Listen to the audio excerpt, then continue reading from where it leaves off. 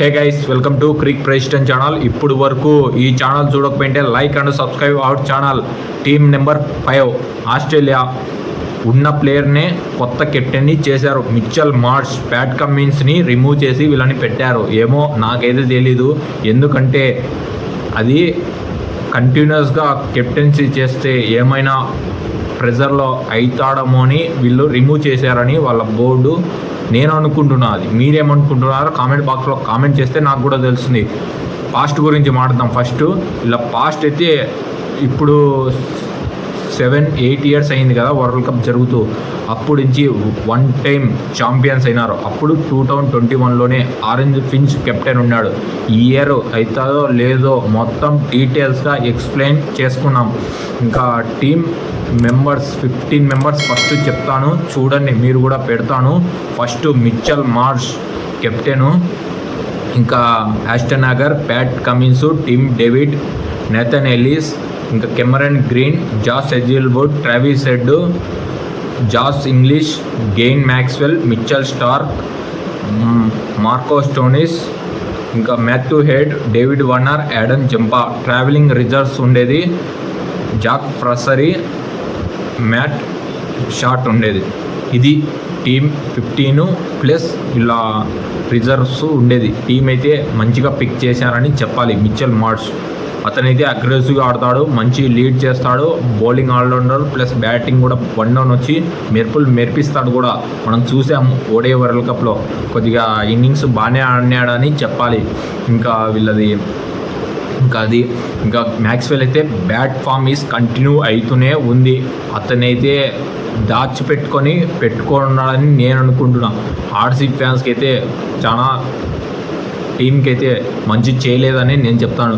Last 9 ఇన్నింగ్స్లో 60 runs కొట్టాడు. Average is very bad అని చెప్పాలి.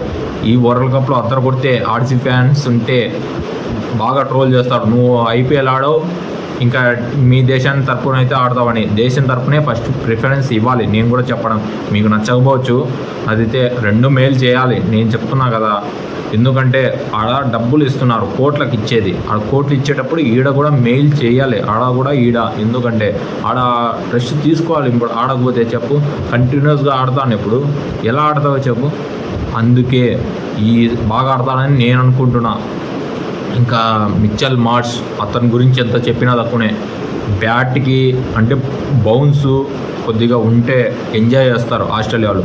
బౌన్స్ స్లో వికెట్ ఇస్తే వాళ్ళు ఏం ఎంజాయ్ చేయలేరు, స్ట్రగుల్ అవుతారని నేను అనుకుంటున్నా. ట్రావిస్ హెడ్ అతని గురించి ఎంత చెప్పినా తక్కువనే. ఎందుకంటే ఐపీఎల్లో అదరగొట్టేస్తున్నాడు. లాస్ట్ 3 ఇన్నింగ్స్ డక్అవుట్ అయ్యి వస్తున్నాడు. అతనికి అందరూ కనుక్కుంటారు, వీడియోస్ చూసింటారు ఐపీఎల్లో ఎలా వేస్తే ఇతన్ని అవుట్ చేయొచ్చు. విడ్తిస్తే కొడతాడు, స్వింగ్ ఉంటే స్ట్రైట్ డెలివరీ కొద్దిగా స్వింగ్ చేయగలిగితే అవుట్ చేయొచ్చని చాలామంది గమనిస్తూ ఉంటారు, వీడియోస్ చూస్తూనే ఉంటారు. వార్మప్ మ్యాచ్లు జరుగుతున్నాయి. వార్మప్ మ్యాచ్లో అంత బాగానే ఆడినారు. వెస్టిండీస్తో 157 రన్స్ కొట్టారు వెస్టిండీస్ టీము. వీళ్ళు 130 రన్స్ కొట్టి 6-7 వికెట్లు పడినాయి. అదేం పెద్ద వార్మప్ మ్యాచ్ అంటే జస్ట్ ప్రాక్టీస్ కోసం స్ట్రెంత్ ఎలా ఆడుతున్నారు వాళ్ళ తెలుస్తుంది ప్లేయర్స్ గురించి, అంతే. వార్మప్ మ్యాచ్ అంటే మనం గల్లీలో ఆడదాం చూడు, పొద్దుపోక టైం, అలా వీళ్ళకి అలా పెట్టారు. 20 ఓవర్స్ వస్తే కొద్దిగా గేమ్ టైం దొరుకుతుంది, ఎలా ఉన్నాయి పిచ్చెస్ అనేది తెలుస్తుంది, అందుకు పెట్టారు. ఇంకా Mitchell Starc is back to the form అని చెప్పాలి. అతనైతే మంచి లాస్ట్ 3 మ్యాచెస్ అద్దరు కొట్టాడు భయ.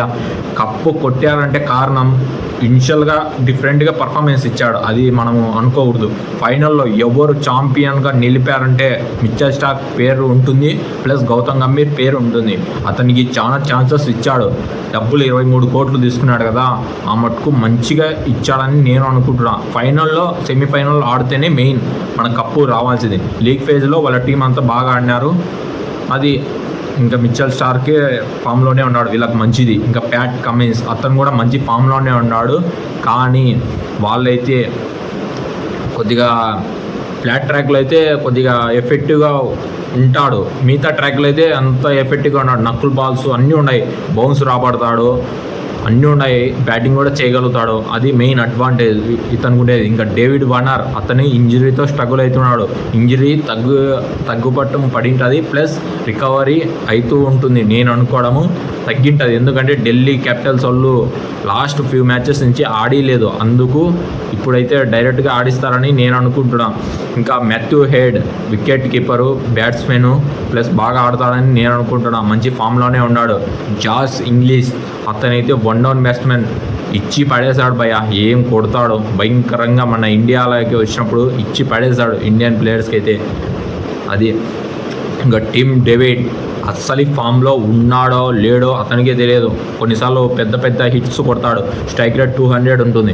రీసెంట్ పర్ఫార్మెన్స్ చూస్తే ఐపీఎల్ ముంబై ఇండియన్స్ అసలు బ్యాడ్గా ఇస్తున్నాడు. చూస్తుంటే ఏంది ఇలా ఆడుతున్నాడో నా అర్థమే కావట్లేదు. Tim David performance is very bad అని చెప్పాలి. అతన్ని ఖచ్చితంగా పెట్టుకుంటారని నేను అనుకుంటున్నాను ప్లేయింగ్ 11 కూడా. ఇంకా కెమెరన్ గ్రీన్ కూడా ఉంటాడు ఖచ్చితము, అతనైతే గ్యారంటీ. ఎందుకంటే బౌలింగు బ్యాటింగు ఆల్రౌండర్. పొడుగు అయితే 6 అడుగులు ఉంటాడు, 6.5. నేను చూసిన క్యాచ్లు బాగా పడతాడు, ఫీల్డింగ్ బాగా చేస్తాడు, బౌలింగ్ కూడా బౌన్స్ రాబడతాడు. అతని హైట్ ఉండేదానికి బౌన్స్ ఈజీగా వచ్చేస్తుంది. అది ఇంకా బ్యాటింగ్ కూడా చేయగలుగుతాడు మంచిగానే. చూసాం ఐపీఎల్ ఎలా ఆడినాడో. ఇంకా హెజిల్వుడ్ అతనైతే 4 ఓవర్స్కి 2 వికెట్స్ తీసి 5 రన్స్ ఇచ్చాడు వార్మప్ మ్యాచ్లో. అదరగొట్టాడు, ఆ ఫామ్లోనే ఉంటాడు, బాగా వేస్తారు.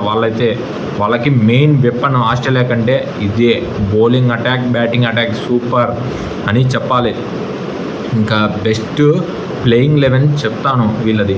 కొంచెం ప్రిడిక్షన్ చేయడం చాలా కష్టంగా ఉంది, ఎందుకంటే ఇప్పుడు మిచెల్ స్టార్క్ ఉన్నప్పుడు ప్యాట్ కమిన్స్ ఉండొచ్చో ఉండకపోవచ్చో ఏం తెలియట్లేదు. ఇక్కడ హెజిల్వుడ్, ప్యాట్ కమిన్స్, ఇంకా మిచెల్ స్టార్క్ వీళ్ళు ముగ్గురు ఉన్నప్పుడు ఎవరినో కొన్ని తీసేయాలడా. ఇది చాలా కన్ఫ్యూజన్గా ఉంది. నేను అనుకోవడం ఒక ప్లేయింగ్ 11 చెప్తాను, మీరు కూడా చూడండి. ఇంకా David David Warner, Travis Head, ఇంకా Cameron Green, Mitchell Marsh, Glenn Maxwell, Matthew Head, Tim David, ఇంకా ప్యాట్ కమిన్స్, అడమ్ జంపా, ఇంకా Josh Hazlewood, Mitchell Starc / Marco Stoinis. ఇది ప్లేయింగ్ 11. ఎవరైనా కావాలంటే స్పిన్నర్ కావాలంటే గెయిన్ మ్యాక్స్వెల్ ఉంటాడు ఖచ్చితము. మార్కో స్టోయినిస్ ఫేస్ బౌలర్ కదా వీళ్ళది, అది స్పిన్ కొద్దిగా తక్కువ అయిందని నేను అనుకుంటున్నా. మ్యాక్స్వెల్ వేస్తాడు ఒక్కోట, ఇద్దరే ఉంటారు వీళ్ళకి నాకు తెలిసి.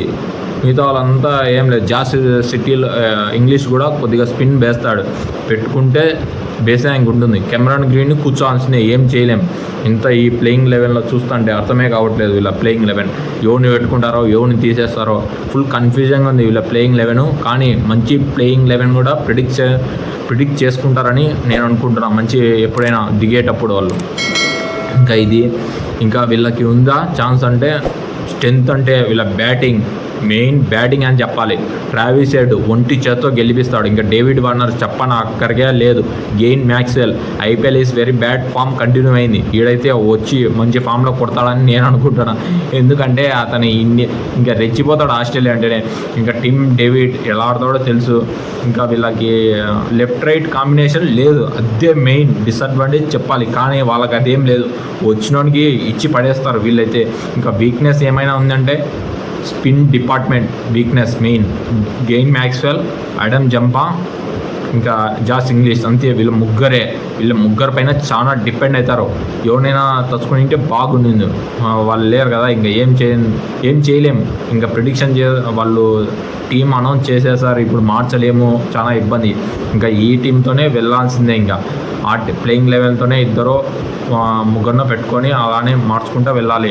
కొందరు పెద్ద బిగ్ ప్లేయర్స్ కూడా కూర్చోబెట్టి మనం ఆశ్చర్యపోవడం అవసరం లేదు. ఇక్కడ ఆస్ట్రేలియా ప్లేయర్స్ ఇంకా సెమీఫైనల్కి వస్తారంటే వస్తారు ఖచ్చితంగా.